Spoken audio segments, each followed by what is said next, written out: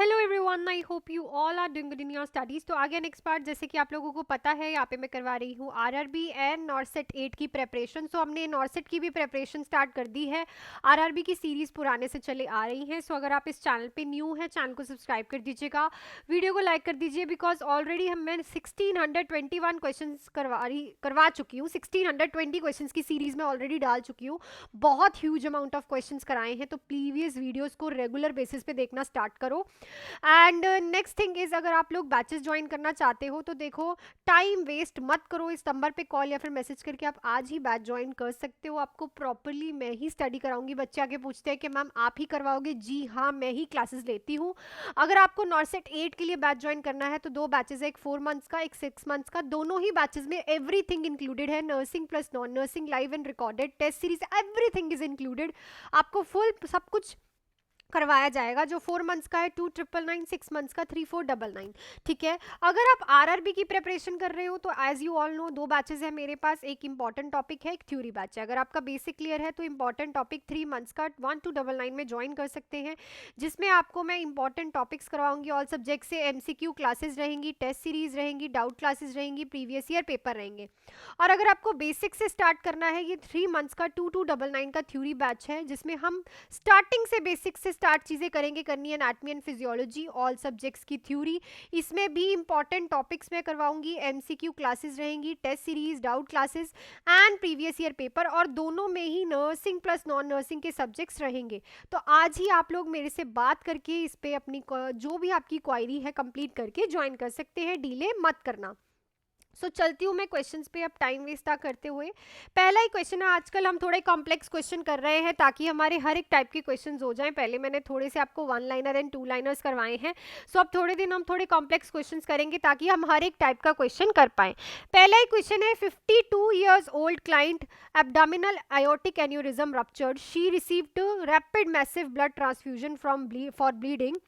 One potential complication of blood administration for which she is especially at risk for. तो एक patient है, ठीक है, आयोटिक एब्डमन की आयोटिक एन्यूरिज्म। सो ये आपका एब्डमन है, ये आयोटा का एन्यूरिज्म बन गया है और ये क्या हो गया है, रप्चर हो गया है। ठीक है। तो ऑब्वियसली अंदर क्या हो रहा होगा, पेशेंट को मैसिव ब्लीडिंग हुई होगी, और ब्लीडिंग की वजह से ही पेशेंट को मैसिव ब्लड ट्रांसफ्यूजन दिया गया है। ठीक है, क्योंकि अगर आर्टरी अंदर रप्चर हो गई है एन्यूरिज्म की वजह से, वीकनिंग ऑफ द वॉल हो जाती है आर्टरी की, जिसकी वजह से वो रप्चर हो जाती है। तो अब ये जब बहुत ज़्यादा मैसिव ब्लड ट्रांसफ्यूजन आप करते हो तो किस कॉम्प्लिकेशन होने का खतरा होता है? Air embolism, circulatory overload, hypocalcaemia, hypokalaemia. So it is a hypocalcaemia. सो जब भी ब्लड ट्रांसफ्यूजन मैसिव में जाता है, देखो सर्कुलेटरी ओवरलोड तब होता है जब आप बहुत स्पीड में देते हो ब्लड। ठीक है, यहाँ पे स्पीड नहीं लिखा, इसमें ये लिखा कि ज़्यादा ब्लड आपने चढ़ाया है। स्पीड में दोगे तो सर्कुलेटरी ओवरलोड होगा। ठीक है, अगर स्लोली स्लोली जा रहा है तो नहीं होगा।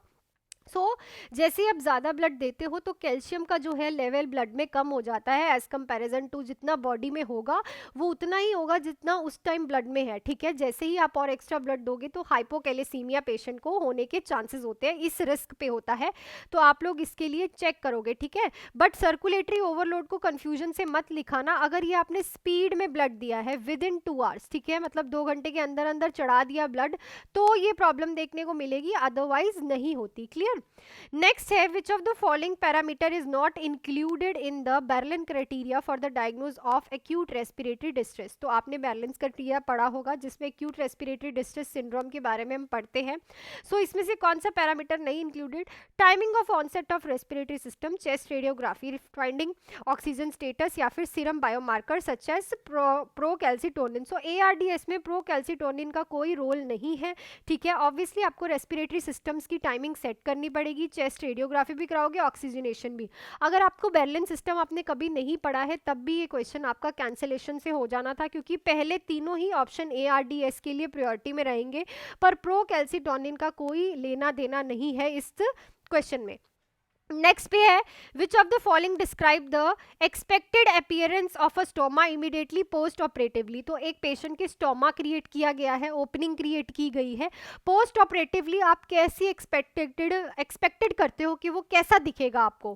पहला ही ऑप्शन है डार्क पर्पल कलर का, प्रूरेंट डिस्चार्ज हो रहा होगा, edematous and swollen, dry and scaly skin. So जैसे ही आप स्टोमा फॉर्मेशन करते हो तो पहले कुछ मतलब फॉर्मेशन होने के बाद ही इमीडिएटली वो बहुत स्वेलिंग वाला और उस पर एडमिटस हो चुका होता है, मतलब वहाँ पे एडीमा क्रिएट हो चुका है, जस्ट बिकॉज क्योंकि अभी ओपनिंग की होती है, अपने आप वो सबसाइड हो जाता है आफ्टर 24 आवर्स। तो अर्ली आपको स्टोमा जो है एडमिटस एंड स्वॉलन देखने को मिल रहा है और ब्राइट रेड कलर का जो है वो देखने को मिलता है, प्लस उसमें से ओजिंग हो रही होती है ब्लड की। नेक्स्ट है which of the following type of joint in which one bone is fixed and an axis and other one is rotate around it. So ये कौन सा वाला जॉइंट होता है जिसमें बोन जो है एक साइड पे फिक्स होती है और अदर जो है उसके आसपास अराउंड मूव कर रही होती है। So it's a intramandibular joint, radio ulnar joint, sternoclavicular joint या फिर इंटरफेरेंजियल जॉइंट्स। तो रेडियो और अल्नर जॉइंट अगर आप ध्यान से देखो तो रेडियो और अल्नर जॉइंट जो है वो अपने एक्सिस पे बिल्कुल फिक्स है, ठीक है। जो आपका ये रेडियल और अल्नर बोन है इसको देखो एंड पे जाके फिक्स है, पर इसके ऊपर जो आपकी रिस्ट की जो बोन्स है वो क्या कर रही है, रोटेट कर रही हैं। So this is called this type of joint. Next the nurse is caring for a client who had a orthopaedic injury of a leg that required double surgery and the application of the cast. Post operatively which nursing assessment is the highest priority to assess client security safety, sorry.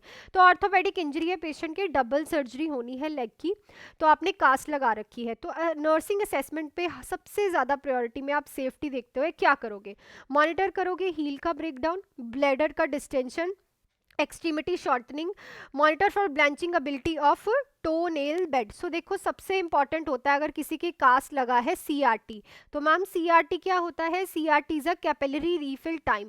Capillary refill time को check करना is very important, क्योंकि अगर किसी के cast लगता है तो circulatory problems देखने को मिलती हैं, और आप अगर टो नेल्स पे circulation CRT capillary refill time check करो ताकि आपको सर्कुलेशन के बारे में पता चले। और ये इंपॉर्टेंट होता है क्योंकि जब किसी की भी कास्ट होती है, फ्रैक्चर होता है, तो compartment syndrome is of one of the most common complication. Clear.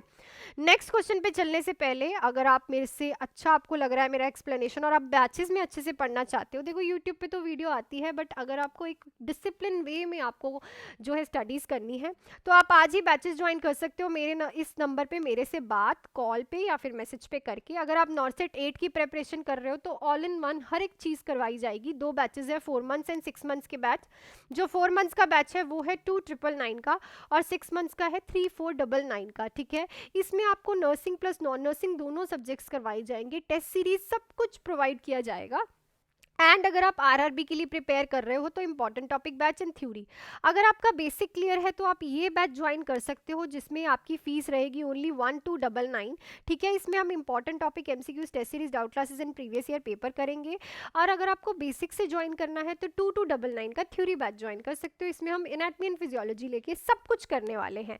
And इस चीज़ का ध्यान रखो कि दोनों ही बैचेस में नर्सिंग प्लस नॉन नर्सिंग के अच्छे से आपको एमसीक्यूज जो है प्रिपेयर करवाए जाएंगे विद थ्योरी। सो डीले मत करना, अगर आप डिसिप्लिन वे में स्टडी करोगे तो आप पक्का सिलेक्शन लोगे। और ये मैटर नहीं करता कि सबकी सिलेक्शन हो, मैटर ये करता है कि कौन कितना हार्डवर्क कर रहा है और कितना कॉन्टिन्यूशन में पढ़ रहा है। क्लियर। नेक्स्ट पे चलते हैं। During history taking of the client admitted with the newly diagnosed Hodgkin disease, the nurse would ask the client about which expected symptom. तो हॉचकिंग डिसीज है, लिम्फेटिक सिस्टम का कैंसर, पेशेंट न्यूली डायग्नोज्ड हुआ है, तो expected symptom आप patient से क्या पूछोगे कि आपका वेट गेन हो रहा है, नाइट स्वेट्स आ रहे हैं, severe lymph node pain, headache with minor visual changes. तो it's a severe lymph node pain होता है इसमें। सो ये आप एक्सपेक्टेड सिम्टम जो है पेशेंट से पूछने वाले हो। नेक्स्ट है to ensure the client safety which assessment is most important for the nurse to make before advancing a client recovering from appendectomy from liquid to solid food.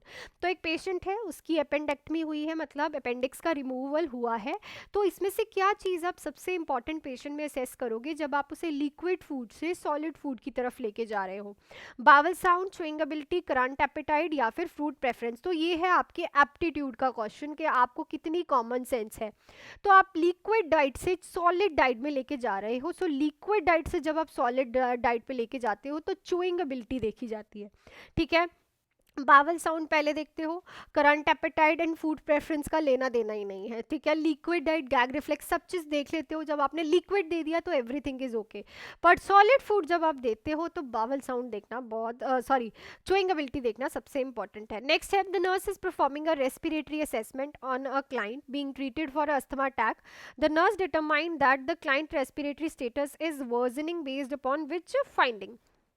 तो कह रहा है कि रेस्पिरेटरी असेसमेंट कर रहे हो, क्लाइंट को आप ट्रीट कर रहे हो अस्थमा अटैक से। नर्स डिटरमाइन करती है कि क्लाइंट का जो रेस्पिरेटरी स्टेटस है वो बहुत ज़्यादा और ख़राब हो रहा है, जब उसे क्या दिखेगा, loud wheezing, wheezing on expiration, noticeable diminished breath sound, increase display of emotion, apprehension. तो अगर उसका ब्रेथ साउंड ही डिमिनिश हो गया है तो इट मीन्स कि कंडीशन और ज़्यादा वर्जन अप हो गई है और ज़्यादा दिक्कत में आ गई है। सो यहाँ पे जो राइट ऑप्शन रहेगा option number C. Next question है, which of the following agent use for biological transmission of larva of malarial parasite in any area. So ये क्वेश्चन जो है आप लोगों के लिए बेस्ट है अगर आप लोग आरआरबी का पेपर दे रहे हो, कि इनमें से कौन सी एजेंट यूज़ करते हो जब आप लार्वा ऑफ द मलेरिया का ट्रांसमिशन करते हो अदर एरिया में। स्किन क्रीम, ठीक है, लगाते हो, डीडीटी, मॉस्किटो नेट, या फिर गुआशाई फिश, ठीक है। सो इस क्वेश्चन का आंसर आप मुझे कमेंट सेक्शन में लिख के बताना। इजी क्वेश्चन है, बस देखने में मुश्किल लग रहा है। नेक्स्ट है, most common adverse reaction of a inactive polio vaccine. तो मोस्ट कॉमन एडवर्स रिएक्शन क्या होता है आईपीवी वैक्सीन का? परमानेंट स्कार बनता है, inflamed surrounding injection site, fever and redness, वाप। सो ये जो वैप है ये ओपीवी की प्रॉब्लम है। So it's a viral fever and redness. Fever and redness जो है आईपीवी का जो है वो एडवर्स रिएक्शन देखने को मिलता है, मोस्ट कॉमन। सो जो मैंने आप लोगों से लास्ट टाइम क्वेश्चन पूछा था, रिमेटिक फीवर है एक बच्चे को, तो आप कौन सा डायग्नोस कंफर्म करोगे? So it's an antistreptolysin O titre, जिसमें हम जो हमारी बॉडी ने एंटीबॉडीज़ बनाई हैं अगेंस्ट स्ट्रेप्टोकोकस इन्फेक्शन उसके बारे में चेक करते हैं, और अगर प्रेजेंट है तो पॉजिटिव है चेक टेस्ट, और अगर नेगेटिव है तो जो पेशेंट है वो सेफ है, उसको ये इन्फेक्शन नहीं है।